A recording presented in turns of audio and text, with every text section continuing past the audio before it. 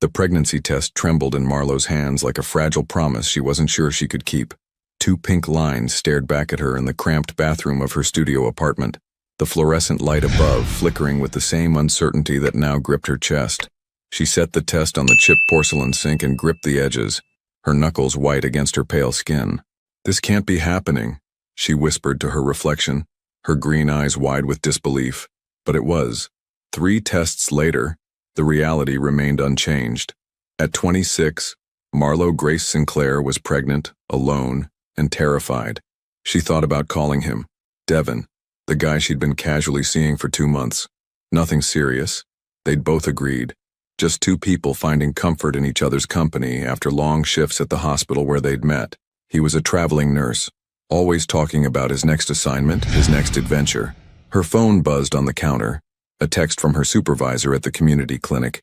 "Need to see you first thing Monday." Important. Marlowe's stomach dropped. Budget cuts had been looming for weeks, and she'd seen the way Dr. Martinez avoided eye contact during their last staff meeting.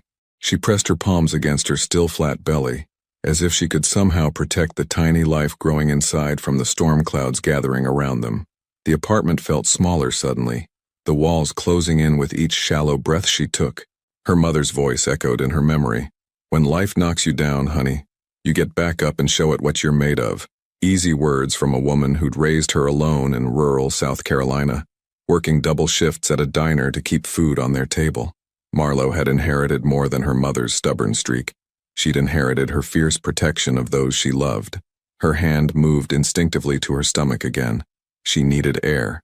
Stepping onto the small balcony of her second-floor apartment, she watched the evening traffic crawl through downtown Charlotte. People heading home to families, to dinner tables, to lives that made sense. She envied them their certainty. Her phone rang, startling her from her thoughts. Devin's name flashed on the screen. "Hey, beautiful." His voice was warm, familiar. "You free tonight? I'm leaving for Atlanta tomorrow. Thought we could grab dinner." Marlo closed her eyes, feeling the weight of the words she needed to say. "Devin, we need to talk. Can you come over? Everything okay? You sound weird. Just, please come over." 30 minutes later, he stood in her doorway with takeout Chinese food and that easy smile that had first caught her attention. Tall, sandy-haired, with laugh lines that spoke of a man who didn't take life too seriously. They sat on her small couch, the untouched food growing cold on the coffee table between them. Marlo twisted her hands in her lap, searching for the right words. "I'm pregnant," she finally said, the words falling between them like stones into still water. Devin's smile faded slowly, his fork suspended halfway to his mouth. "What?" "I'm pregnant. About 6 weeks, I think." He set down his food, leaning back against the couch cushions. The silence stretched between them, heavy and suffocating. "Devin, He ran his hands through his hair. "Marlo, we talked about this. We agreed we weren't looking for anything serious." "I know, but I'm leaving for Atlanta tomorrow, then Portland after that. I can't. This isn't what I signed up for." The words hit her like physical blows. She'd expected surprise, maybe fear, but not this cold dismissal. "I'm not asking you to sign up for anything," she said quietly, her voice steady despite the tears threatening to spill. "I'm just telling you because you have a right to know." Devin stood abruptly, pacing to the window. "What are you going to do?" "I don't know yet. Because there are options, you know. You don't have to." "Don't." Marlo's voice cut through his words like ice. "Don't tell me what I have to do." He turned to face her, and she saw something in his eyes she'd never noticed before, a fundamental inability to see beyond his own needs. "This is crazy, Marlo. You barely know me." "I know enough," she whispered, understanding now that she'd been right about that much. Devin grabbed his jacket from the chair, avoiding her gaze. "I'm sorry. I really am. But I can't be what you need." The door closed behind him with a quiet click that somehow sounded louder than if he'd slammed it. Marlo sat alone in the silence, her hand pressed against her stomach, and realized that for the first time in her life, she truly understood what it meant to be brave. And in that moment, she knew she'd have to be braver than she'd ever imagined. Monday morning came like a slap of cold reality across Marlo's face. She stood outside Dr. Martinez's office at the community clinic, her hands trembling as she smoothed down her scrubs. The hallway smelled of disinfectant and broken dreams. She'd grown to recognize that scent over the past few weeks, as budget meetings became more frequent and staff members started avoiding each other's eyes. "Come in, Marlo." Dr. Martinez's voice was softer than usual, which somehow made everything worse. She entered the cramped office, noting how he couldn't quite meet her gaze as she sat across from his cluttered desk. Behind him, certificates and thank you cards from grateful patients covered the wall, a testament to the good they'd done in this forgotten corner of Charlotte. "I'm going to cut straight to the point," he began, his weathered hands folded tightly. "The county pulled our funding. We're closing the clinic at the end of the month." The words hit her like a physical blow, even though she'd been expecting them. Marlo pressed her lips together, fighting the urge to touch her stomach.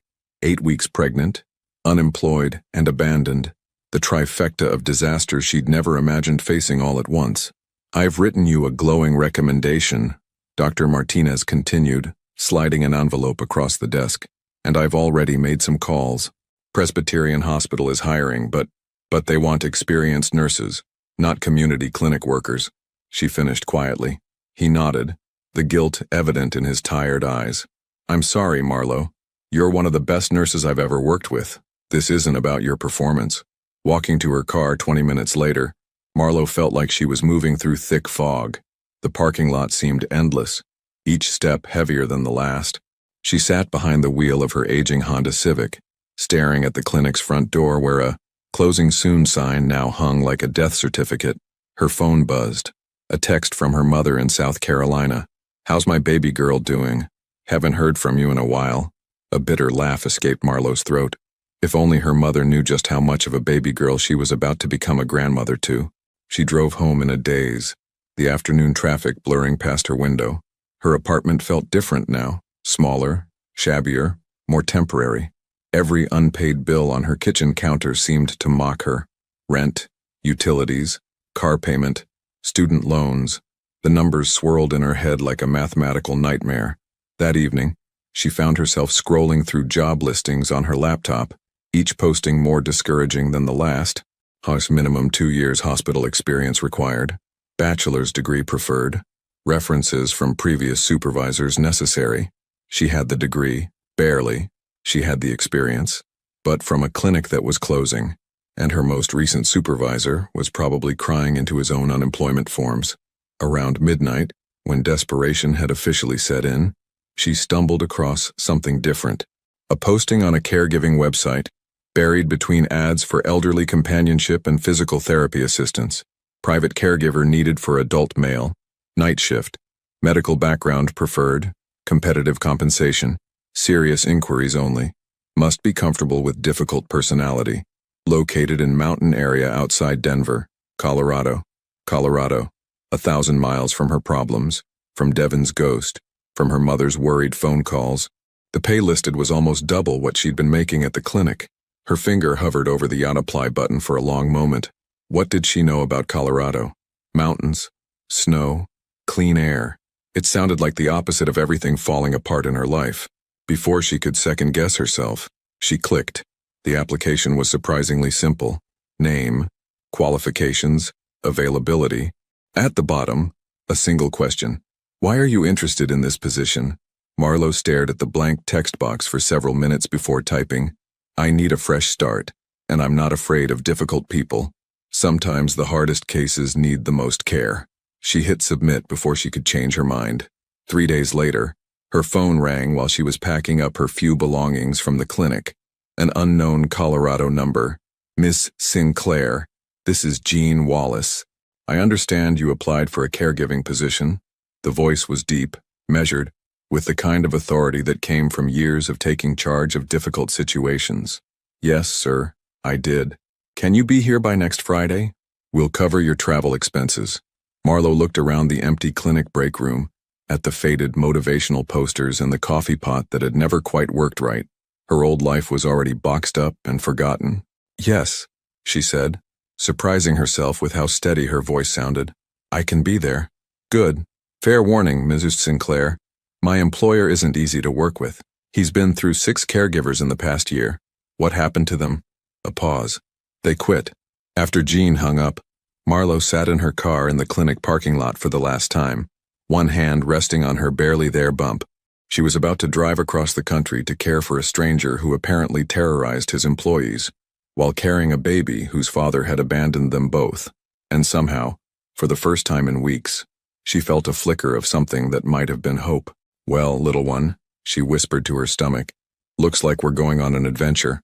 The mountain road seemed to wind endlessly upward, each curve revealing nothing but more pine trees and the promise of thin air that made Marlowe's chest tighten. She'd been driving for 2 days, stopping only at roadside motels where the shower water ran lukewarm and the walls were paper thin. Her Honda Civic groaned with each mile, loaded down with everything she owned, which wasn't much. A few boxes of clothes, her nursing supplies, and a small suitcase that held her mother's quilt and the only photo she had of her father. The GPS announced she was 5 miles from her destination, but all she could see were towering evergreens and glimpses of snow-capped peaks through the windshield. The elevation change was making her queasy, though she couldn't tell if it was the altitude or the pregnancy. At 10 weeks now, morning sickness had become an all-day companion. Finally, she spotted it, a pair of imposing iron gates set into stone pillars. No name, no number, just an intercom system that looked like it could withstand a military assault. She pressed the button and waited. "State your business." The voice was curt, professional. "Marlowe Sinclair. I'm the new caregiver." The gates swung open silently, revealing a private road that curved through what looked like untouched wilderness. After another mile, the trees parted to reveal a house that made her breath catch in her throat. It wasn't a house. It was a fortress, modern and imposing, built from dark stone and glass. It seemed to grow from the mountainside itself. Floor-to-ceiling windows reflected the surrounding forest, making the structure appear both part of the landscape and completely separate from it.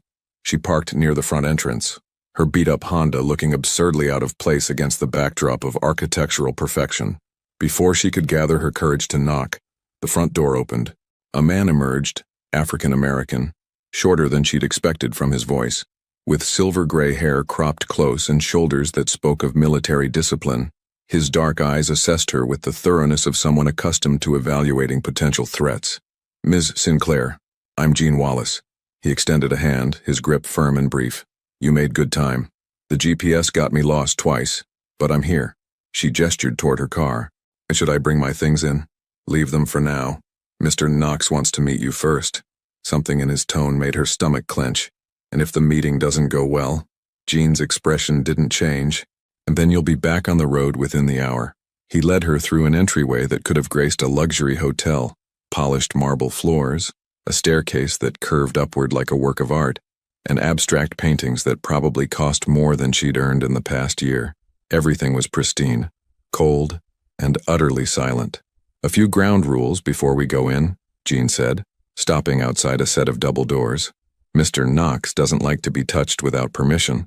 He doesn't appreciate small talk or false sympathy, and he has no patience for people who treat him like he's broken." "Understood." The last caregiver lasted 3 days. The one before that made it 2 weeks before she quit crying in the middle of the night shift. Marlowe straightened her shoulders. "I don't cry easily." Something that might have been approval flickered across Gene's face. "I will see." He knocked twice on the doors, waited for a response that didn't come, then opened them anyway. The room beyond was a study in contradictions. Massive windows that showcased the mountain view, yet curtains drawn to block most of the light. Expensive furniture arranged with military precision, but no personal touches anywhere. And there, behind a desk that could have served as a landing pad, sat the man she'd traveled 2,000 miles to care for. Thaddeus Knox was nothing like she'd imagined. Even seated, she could tell he was tall, probably 6'3" or 6'4" before the accident. His dark hair was perfectly styled, his face clean-shaven and sharp-featured in a way that belonged in boardrooms or magazine covers. He wore a white dress shirt and dark slacks, every detail immaculate except for the wheelchair that he clearly resented.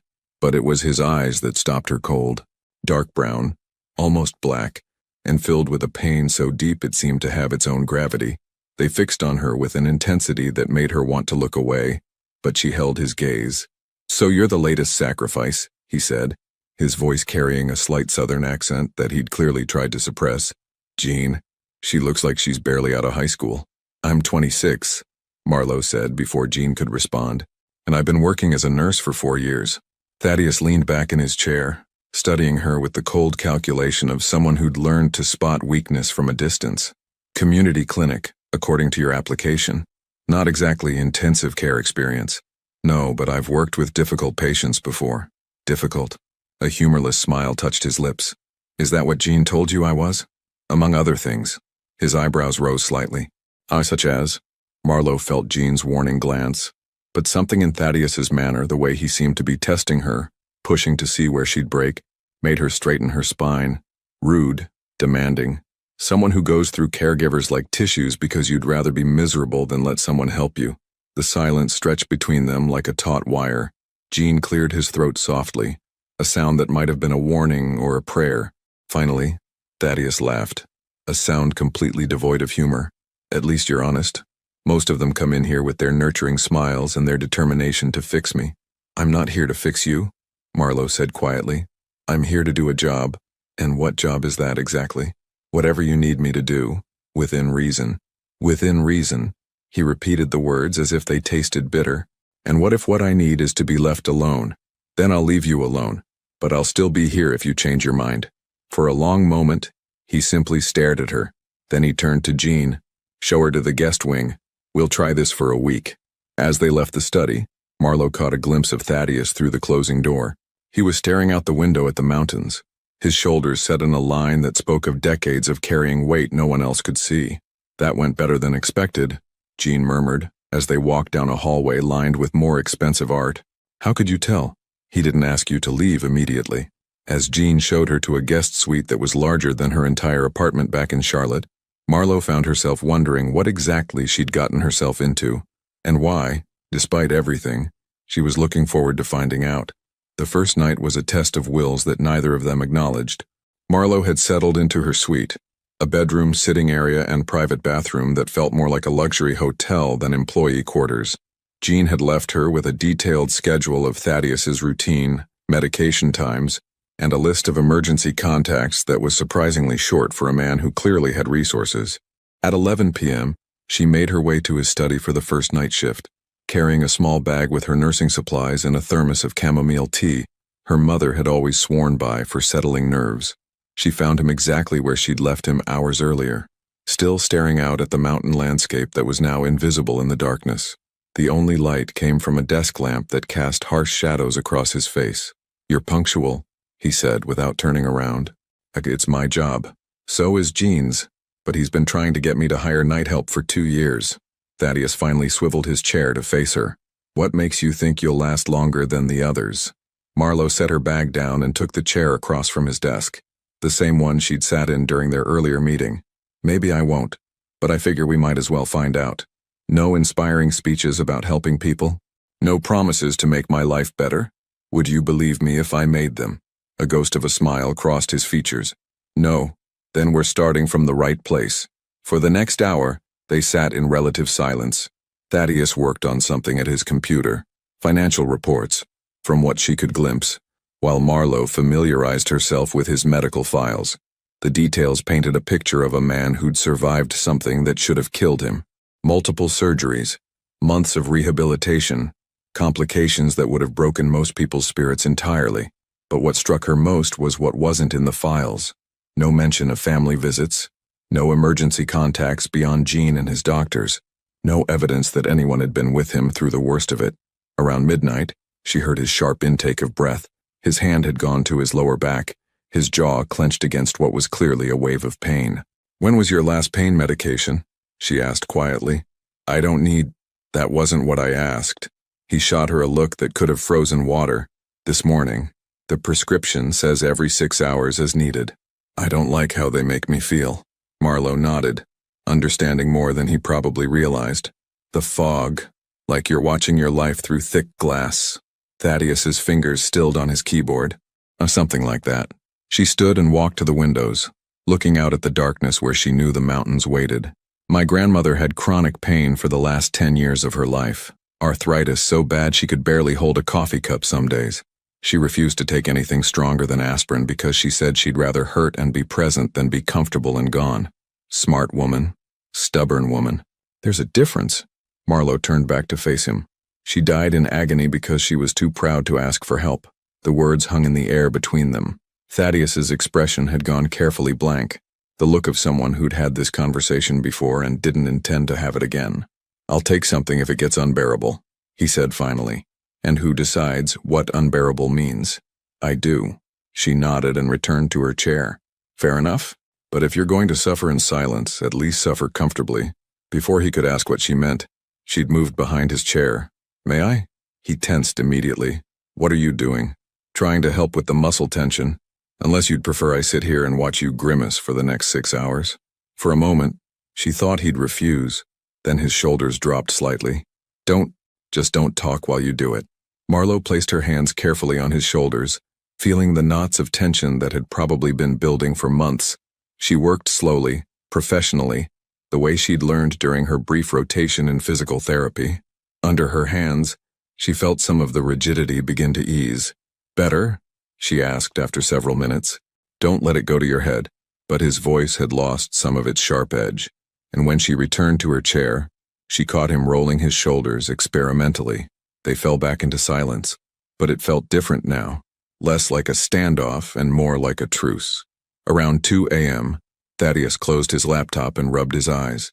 "You should get some sleep," Marlo said. "Should I?" "It's a suggestion, not an order." He studied her for a moment. "You're not what I expected." "What did you expect?" "Someone who would try to save me." Marlo met his gaze steadily. "I can't save you. Nobody can save you but you." Something shifted in his expression, surprise, maybe, or recognition. "Then what exactly are you here for?" "To make sure you don't accidentally kill yourself while you figure out whether you want to live." The bluntness of it seemed to catch him off guard. For the first time since she'd arrived, Thaddeus Knox looked genuinely surprised. "That's remarkably honest. I find it saves time." He was quiet for a long moment, and she wondered if she'd pushed too far too fast.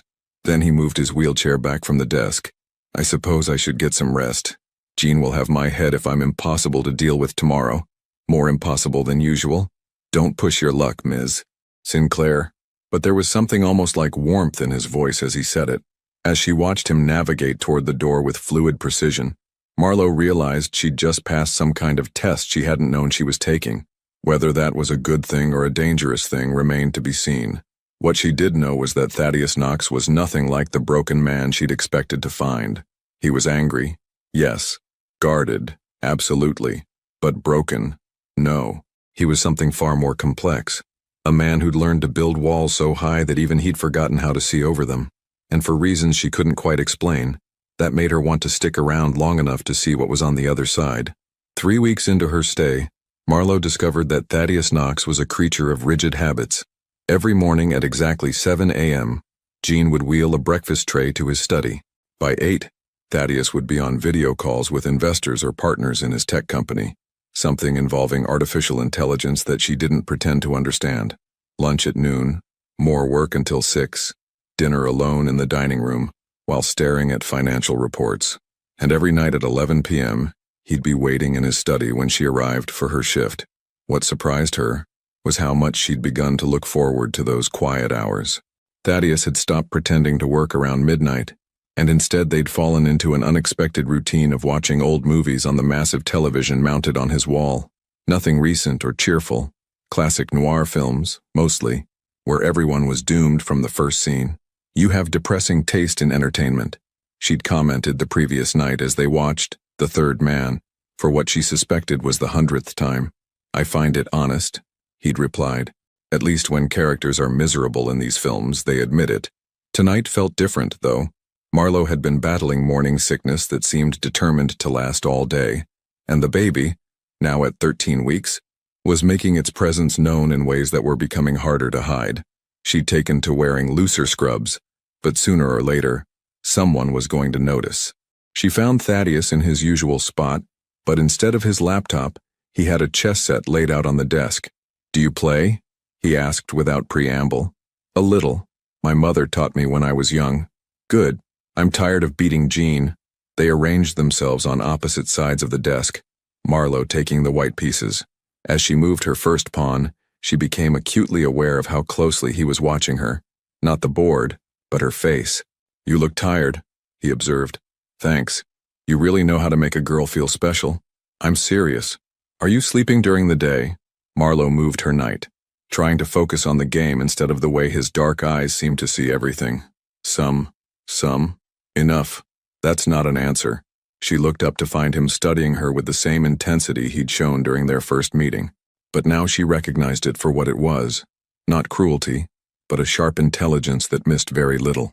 I'm fine, Thaddeus. When did you start calling me that? The question caught her off guard. She'd been thinking of him as Thaddeus for days now, but she hadn't realized she'd started saying it aloud. Would you prefer Mr. Knox? No. He moved his bishop with quick precision. I just noticed. They played in comfortable silence for several minutes. Thaddeus was a good player. Strategic, patient, always thinking several moves ahead. But Marlo had learned his patterns over the past weeks, and she managed to surprise him by taking his rook with a move he clearly hadn't anticipated. Interesting, he murmured, leaning back in his chair. What is? You're not who I thought you were. Who did you think I was?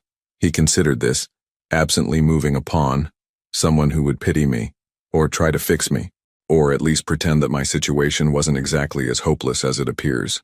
And instead you treat me like I'm exactly what I am, a difficult man in an impossible situation who doesn't particularly want to be helped. Marlo moved her queen into position. Checkmate. Thaddeus stared at the board for a long moment, then laughed. A real laugh this time, not the bitter sound she'd heard before. Eugene is going to be insufferable when he finds out you beat me. Who says he has to find out? Their eyes met across the board, and something passed between them. An understanding, maybe, or the beginning of trust.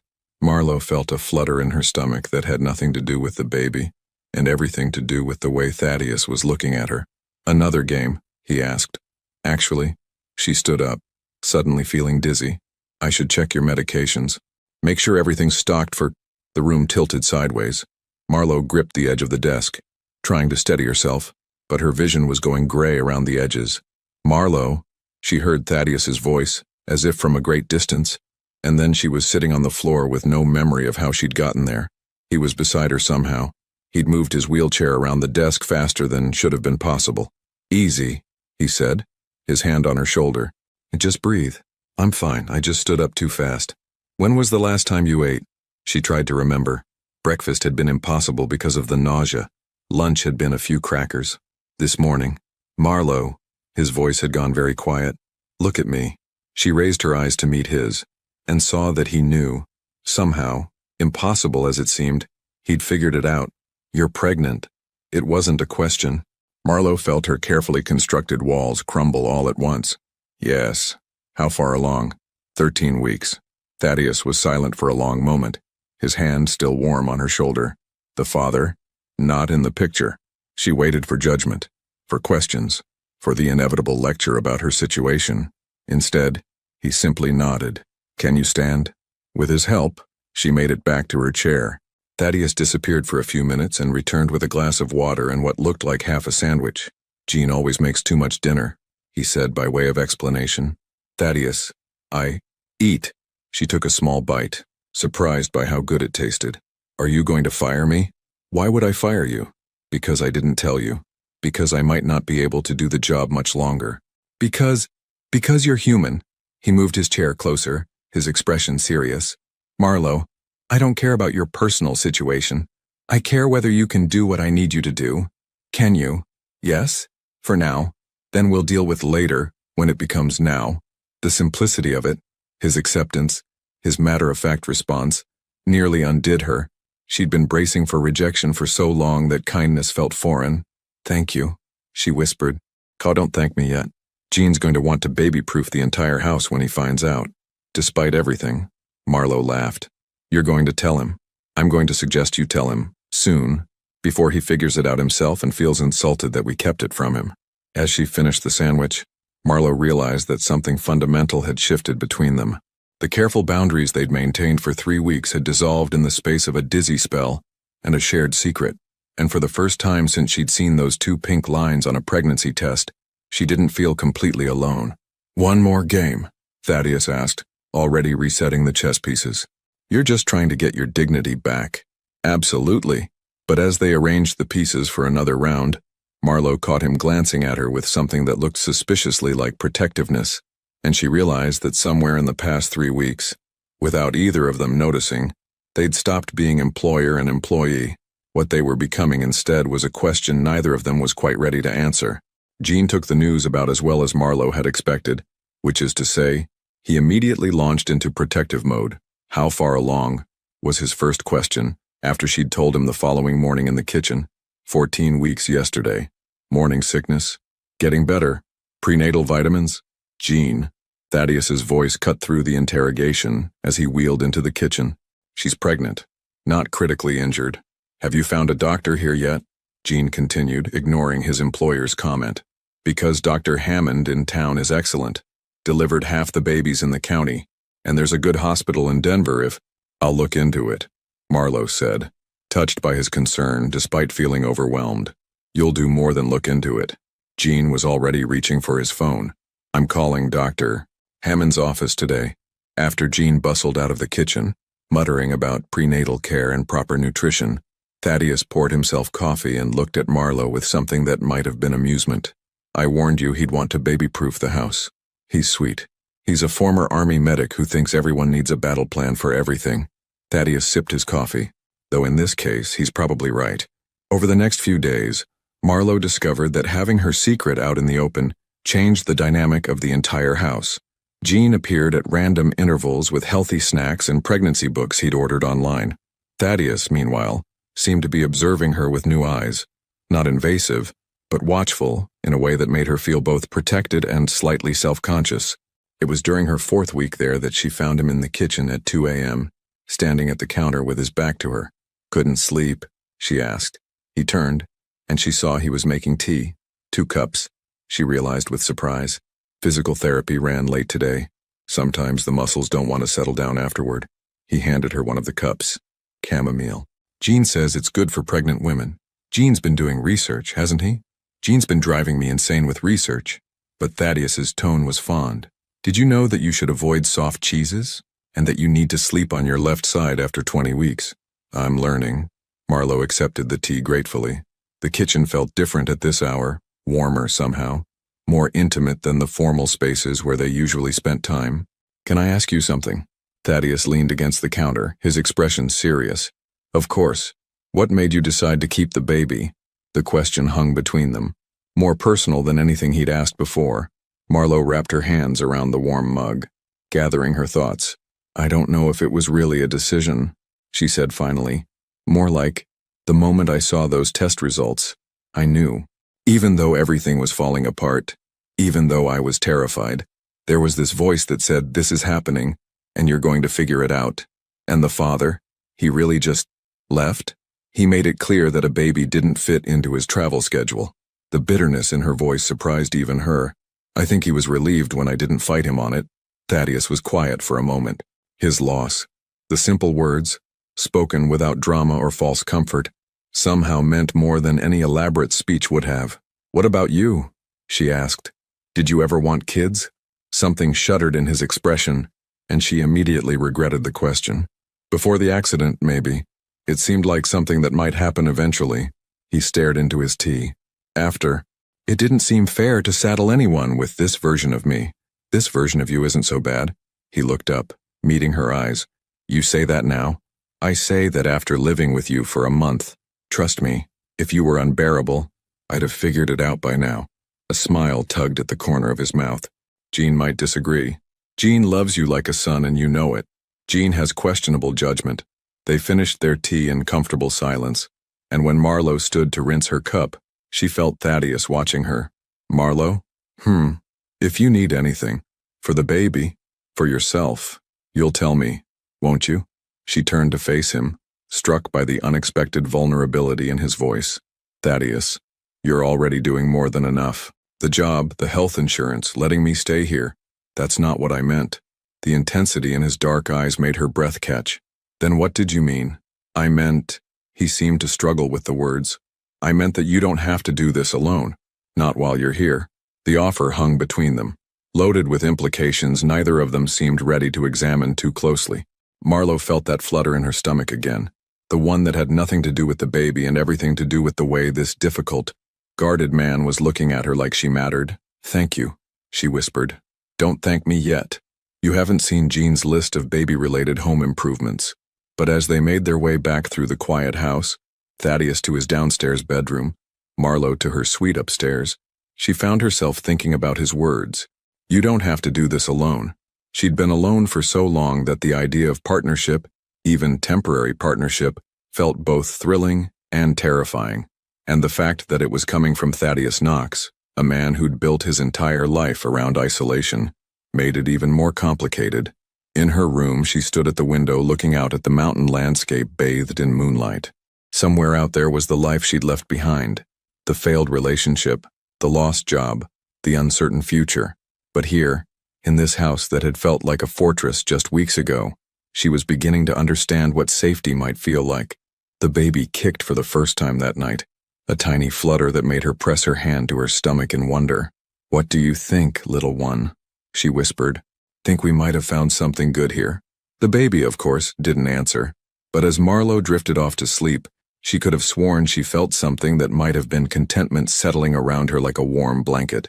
And in the morning, when she found a pregnancy book on her nightstand, one that Jean definitely hadn't left there, she realized that some walls weren't just cracking, they were falling down entirely. The call came on a Tuesday morning while Marlo was helping Jean reorganize the pantry to accommodate what he called proper pregnancy nutrition. Her phone buzzed against the kitchen counter, and she glanced at the screen to see her mother's name. Delia Sinclair had impeccable timing, always calling at the exact moment when Marlo felt like her life might finally be stabilizing.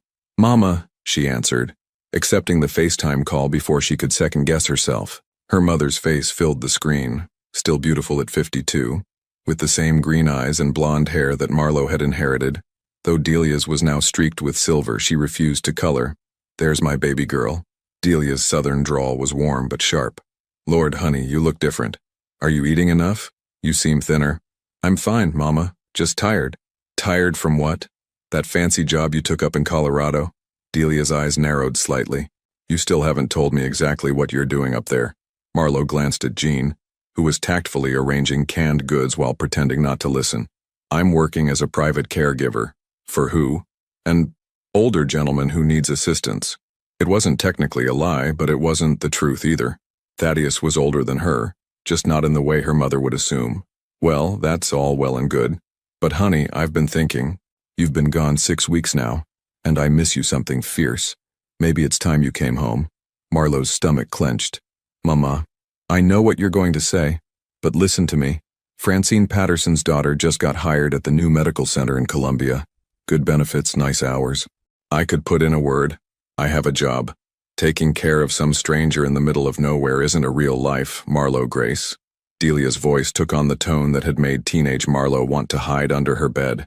"You need to be around family, around people who love you." The words hit harder than they should have. Marlo found herself thinking about the quiet evenings with Thaddeus, the way Jean fussed over her prenatal vitamins, the surprising sense of belonging she'd found in this house. "I am around people who care about me," she said quietly. "Honey, they're paying you to be there. That's different."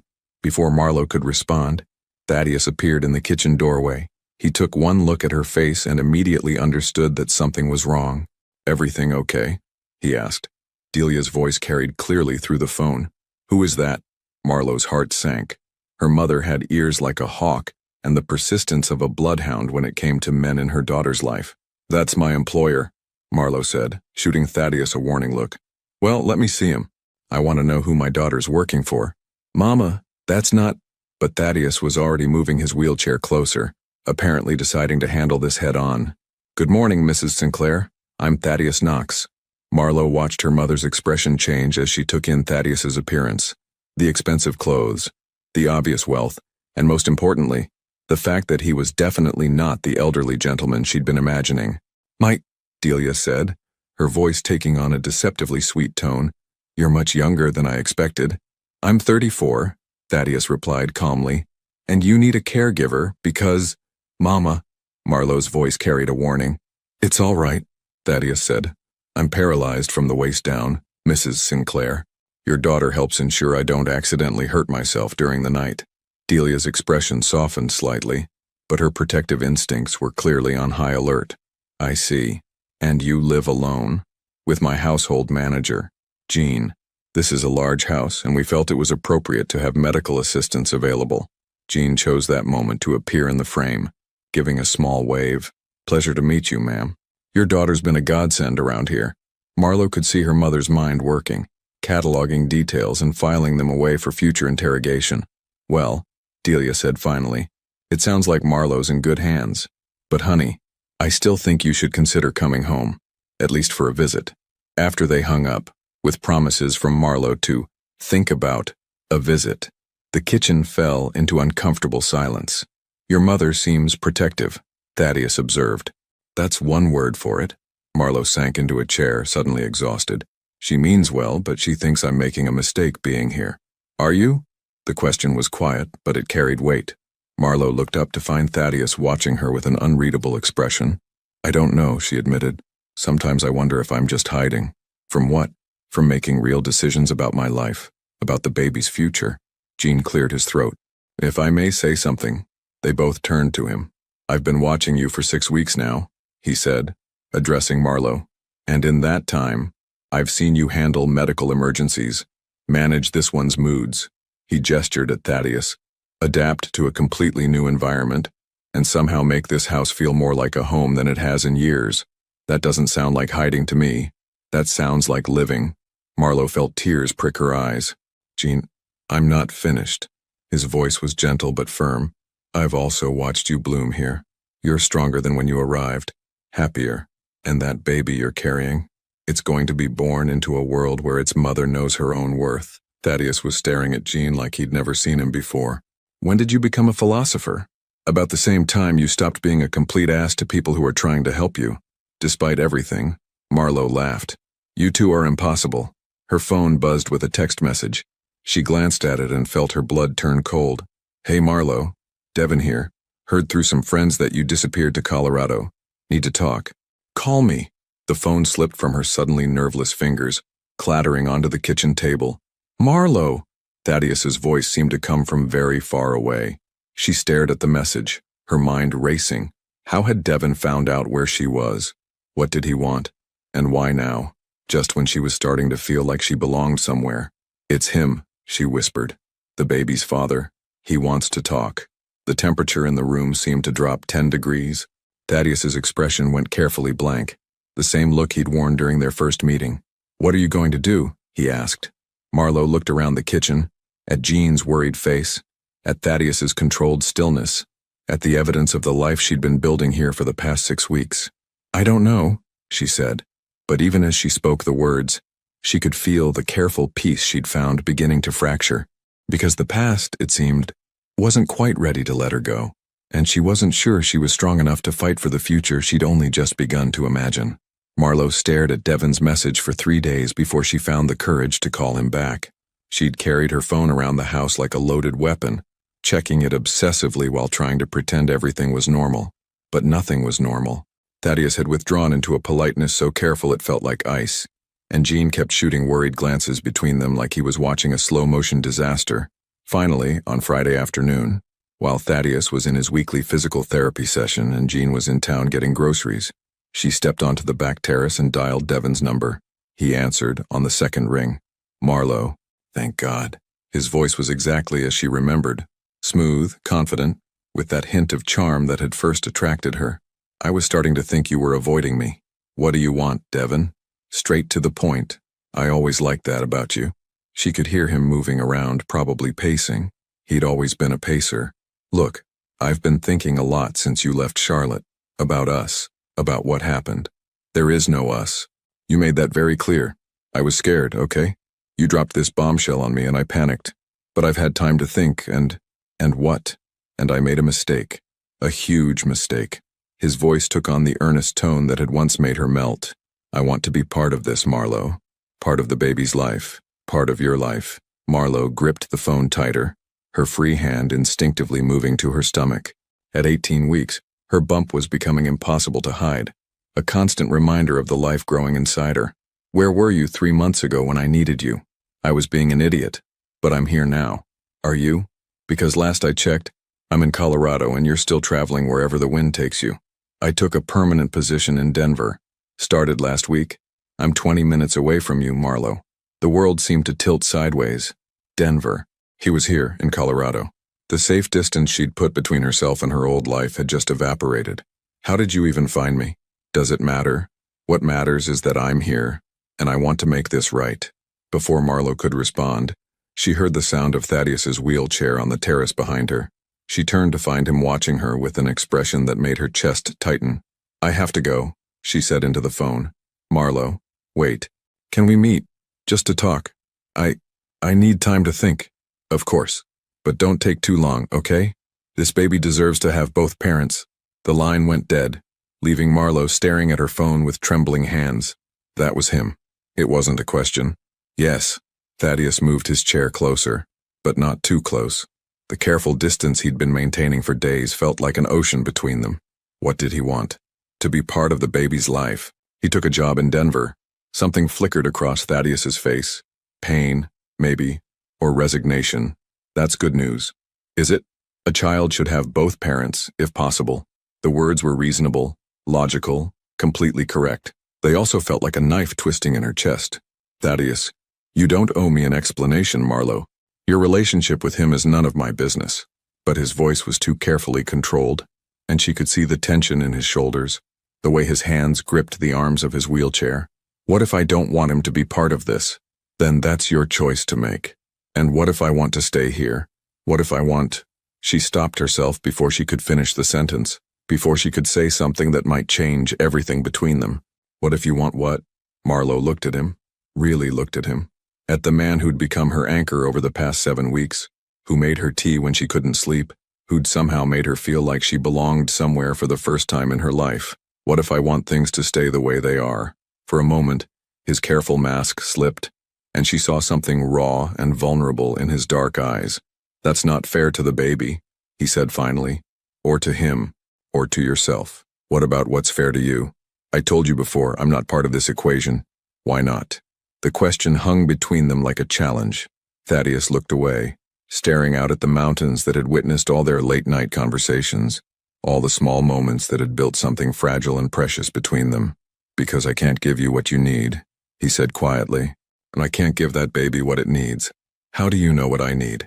Because you deserve someone whole, someone who can be a real partner, a real father figure, someone who can what?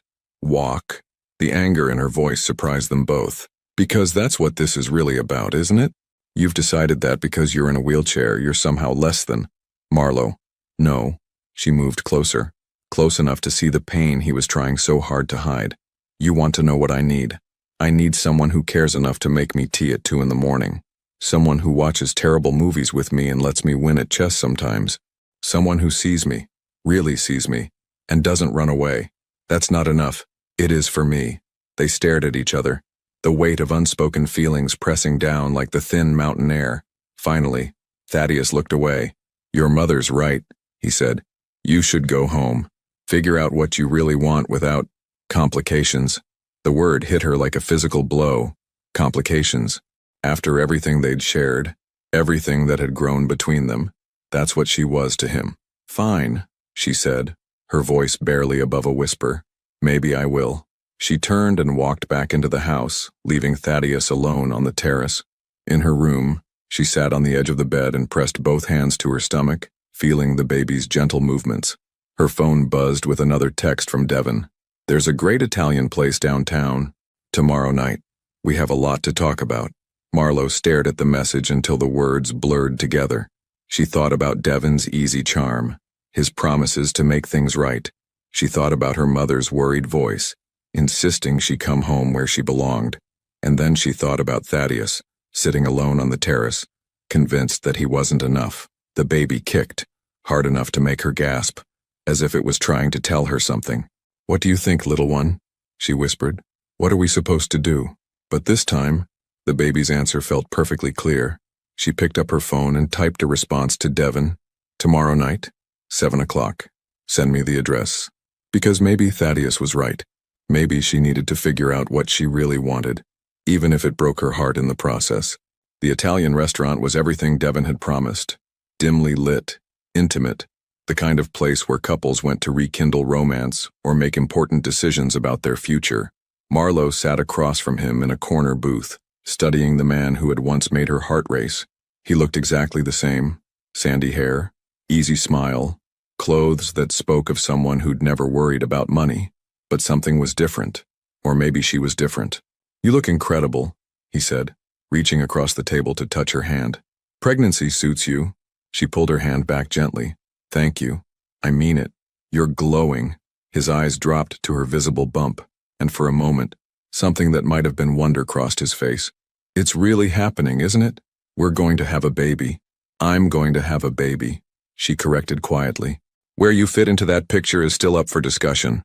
Devin leaned back, his expression becoming more serious. "Fair enough. I know I have a lot of making up to do." "Do you?" "Because I'm not sure there's anything to make up for, Devin.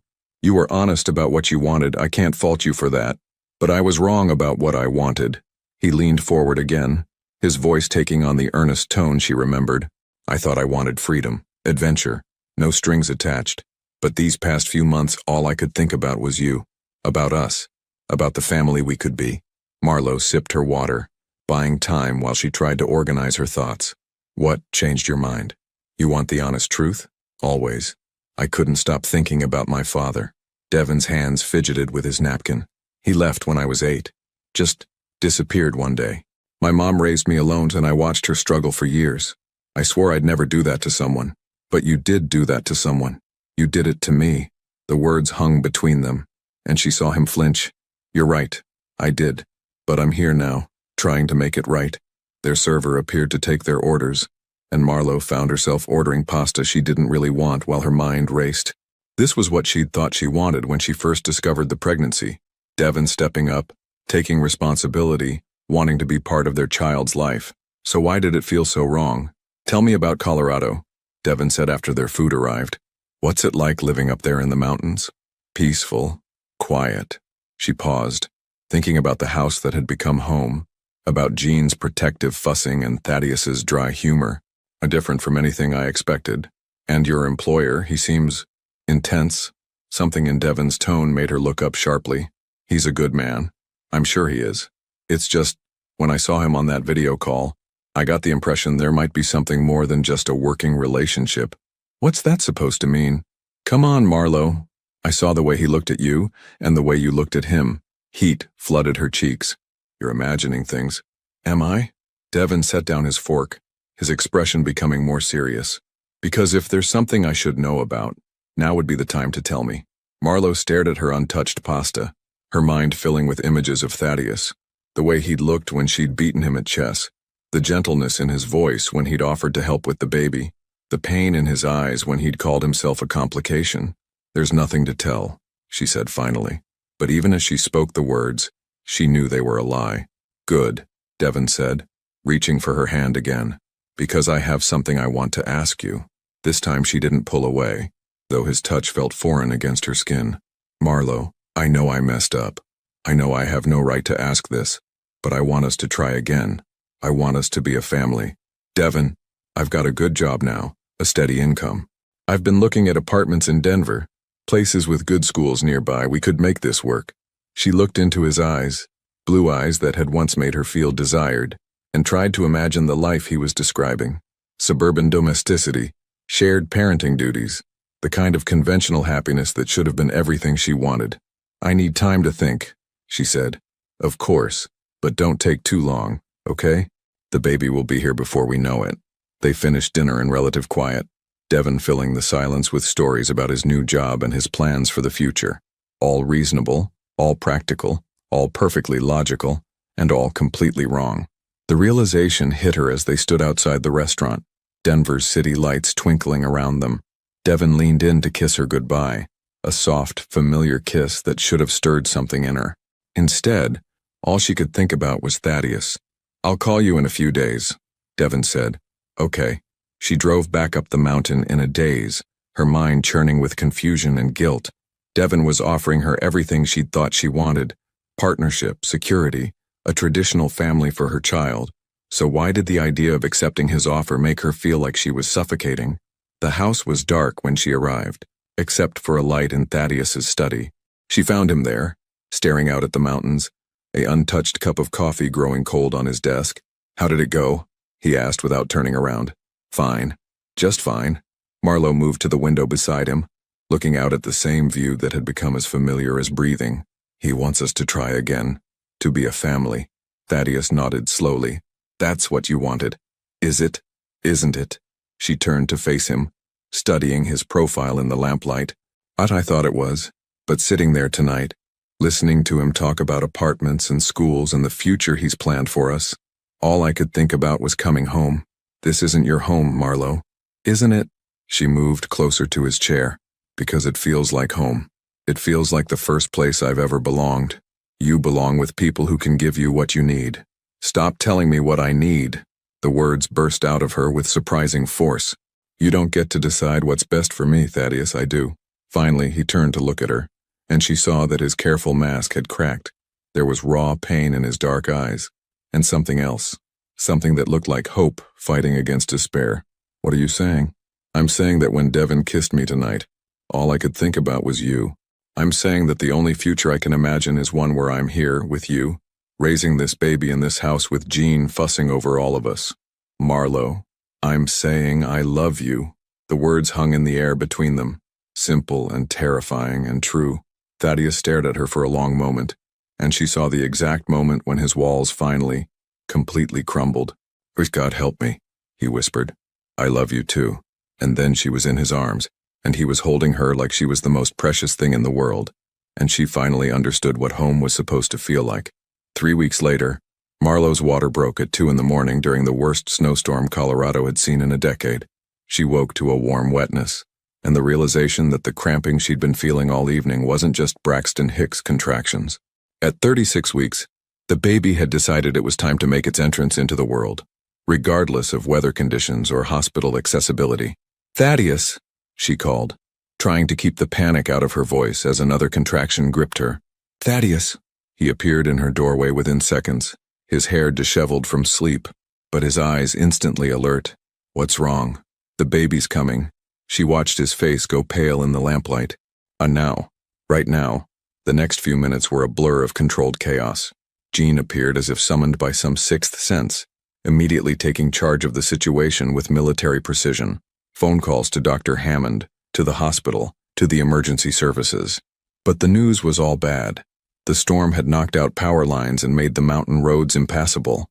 The ambulance couldn't reach them, and they couldn't get down to the hospital. "How far apart are the contractions?" Dr. Hammond's voice crackled through the phone's speaker. "About 5 minutes," Marlo gasped, gripping Thaddeus's hand as another wave of pain crashed over her. "And this is her first baby?" "Yes," Jean answered. "Okay, listen carefully. First labors usually take time, but we need to be prepared for anything. I'm going to walk you through what to do." For the next hour, their fortress on the mountain became a makeshift delivery room. Jean, with his medical training, became the impromptu midwife. Thaddeus never left Marlo's side, his hand steady in hers, his voice calm and reassuring even though she could see the fear in his eyes. "I can't do this," she whispered, during a brief respite between contractions. "It's too early. What if something's wrong?" "Hey." Thaddeus moved his wheelchair closer to the bed, his face level with hers. "Look at me." She met his dark eyes, finding an anchor in their steadiness. "You are the strongest person I know," he said quietly. "You drove across the country pregnant and alone. You walked into this house and somehow made it a home. You made me believe in love again, when I thought that part of me was dead. Thaddeus, you can do this, Marlo. We can do this. Together." Another contraction hit, stronger than the others, and suddenly Dr. Hammond's voice was urgent through the phone. "I can see the head. Jean, support the shoulders. That's it. One more push, Marlo." With Thaddeus holding her hand and whispering encouragement, Marlo gave everything she had to bringing their child into the world, because somewhere in the past months, that's what this baby had become. Not just hers, but theirs. At 4:17 a.m., as the storm finally began to quiet outside, their daughter was born. She was tiny but perfect, with a strong cry that filled the room with the most beautiful sound Marlo had ever heard. Jean cleaned her carefully and placed her on Marlo's chest, where she immediately quieted, as if she recognized the heartbeat she'd been listening to for 9 months. "She's beautiful," Thaddeus whispered, his voice thick with emotion. Marlo looked down at the tiny face and bore, at the dark hair that looked exactly like Thaddeus's, and felt her heart expand to accommodate a love she'd never imagined possible. "Would you like to hold her?" she asked. For a moment, Thaddeus hesitated. What if I drop her?" "You won't drop her." With infinite care, Marlo placed the baby in Thaddeus's arms. The sight of this strong man, who'd convinced himself he had nothing to offer, cradling their daughter with such tender reverence, brought tears to her eyes. "Hello, little one," he murmured, his finger tracing the baby's tiny cheek. I'm going to take care of you, both of you." The baby opened her eyes, dark brown, like her father's, and seemed to study his face with solemn intensity. "I think she knows you," Marlo said softly. "She should. I've been talking to her for months." It was true. Marlo had often caught him murmuring to her belly during quiet moments, telling the baby about the mountains, about the books he loved, about the world she would inherit. Jean cleared his throat from the doorway. "Dr. Hammond wants to know if you've chosen a name." Marlo and Thaddeus looked at each other, and she saw him understand that this was her decision to make. "Luna," she said finally. "Luna Grace Knox." Thaddeus's eyes filled with tears. "Knox, if you'll have us."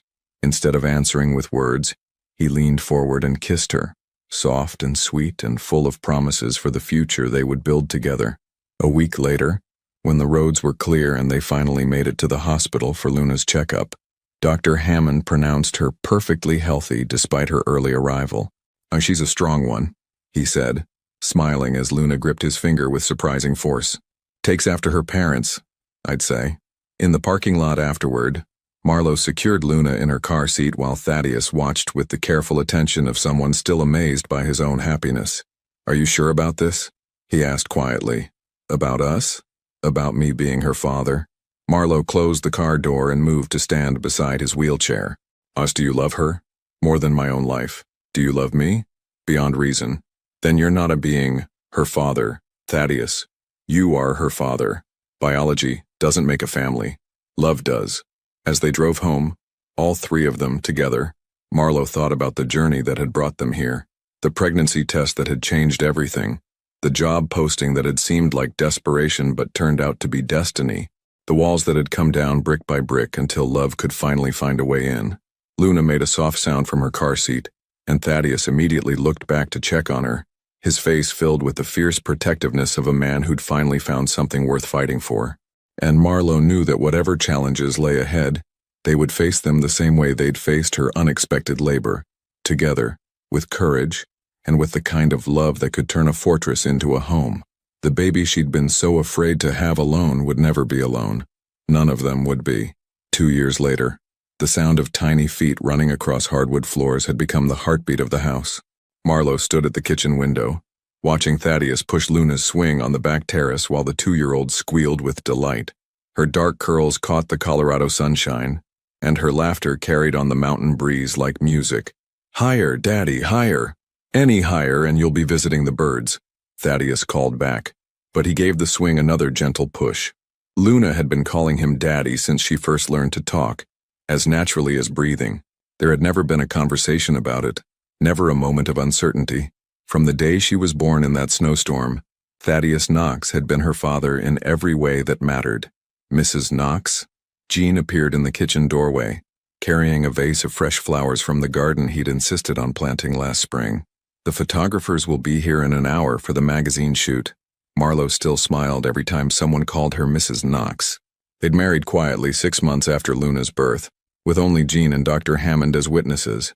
Nothing fancy. Just 2 people promising to love each other for the rest of their lives, while their daughter slept peacefully in Jean's arms. "How do I look?" she asked, smoothing down her simple blue dress. "Like a woman who's exactly where she belongs," Jean said with characteristic honesty.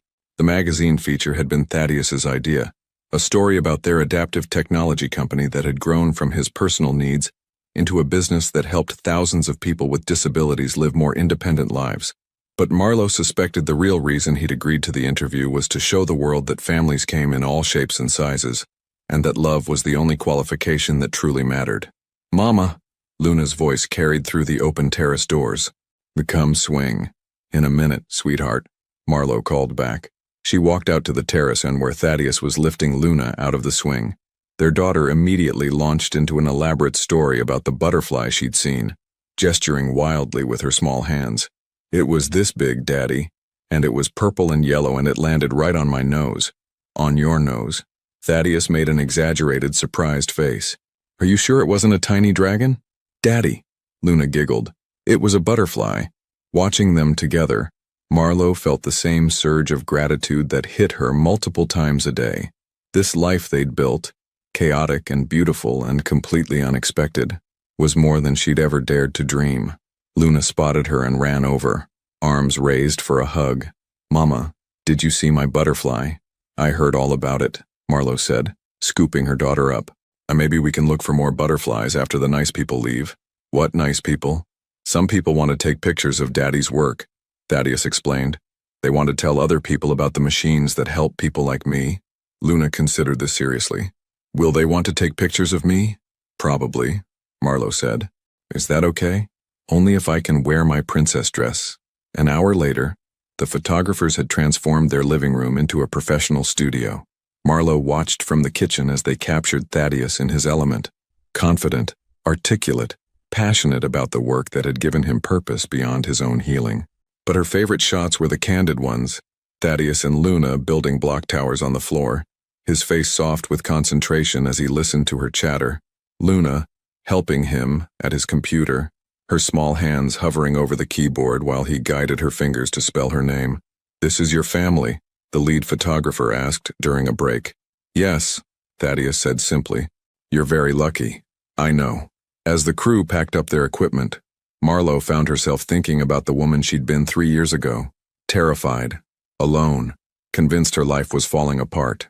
If someone had told her then that she'd end up here, married to a man who'd teach their daughter to believe she could do anything, living in a house filled with laughter and love and the kind of security she'd never thought possible, she would never have believed it. Her phone buzzed with a text message. For a moment, her heart skipped. Old habits died hard, but it was just her mother. "Saw the photos you sent. Luna looks more like Thaddeus every day. When are you bringing my grandbaby to visit?" Delia had come around eventually, especially after meeting Luna. It was hard to argue with happiness when it was so obvious, and even harder to dislike a man who clearly adored her daughter and granddaughter with equal devotion. As for Devon, he'd tried to contact her a few more times after that dinner in Denver, but eventually the calls had stopped. She'd heard through mutual friends that he'd transferred back to the East Coast. Some people, she'd learned, were meant to be lessons, not lifelong partners. That evening, after Luna was asleep and the house had settled into its familiar nighttime quiet, Marlo found Thaddeus on the terrace where this had all began. He was reading, always reading, but he looked up when she approached. "Good day," he asked. "The best." She settled into the chair beside him, the same one she'd sat in during those first tentative conversations years ago. "What are you reading?" He held up the book, A Guide to Toddler Development. "Research. Luna's been asking about why her friend Harper has a daddy who stands up and walks. I want to make sure I explain it right." Marlo's heart melted all over again. "And what will you tell her?" "That families are like snowflakes. No two are exactly alike, but they're all beautiful in their own way." "That's perfect." "I hope so." He closed the book and reached for her hand. "Sometimes I still can't believe this is real, that you chose this, that you chose me." "I didn't choose you," Marlo said, intertwining their fingers. "I found you. There's a difference." "What's the difference?" "Choice implies there were other options, but there weren't. Not really. From the moment I walked into your study and you tried to scare me away, this was inevitable." Thaddeus lifted their joined hands and kissed her knuckles. "Inevitable? Some things are just meant to be. Like Luna deciding to be born during a blizzard. Like Jean turning out to be the world's most devoted grandfather figure. Like you learning that your heart was bigger than your fears." They sat in comfortable silence, looking out at the mountains that had witnessed their entire love story. Somewhere in the house, Jean was probably reading in his room. Upstairs, Luna slept peacefully in the nursery they'd painted together, surrounded by stuffed animals and picture books and all the evidence of a childhood filled with love. "Do you ever wonder what would have happened if you hadn't taken that job posting?" Thaddeus asked.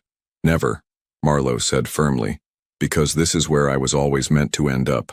This is where we were always meant to end up." As if in response to her words, they heard a soft cry from upstairs, Luna having one of her brief middle-of-the-night wake-ups. "I'll go," Thaddeus said, but Marlo was already standing. We'll both go." They made their way upstairs together, entering the nursery to find Luna sitting up in her toddler bed, rubbing sleepy eyes. "Mama? Daddy?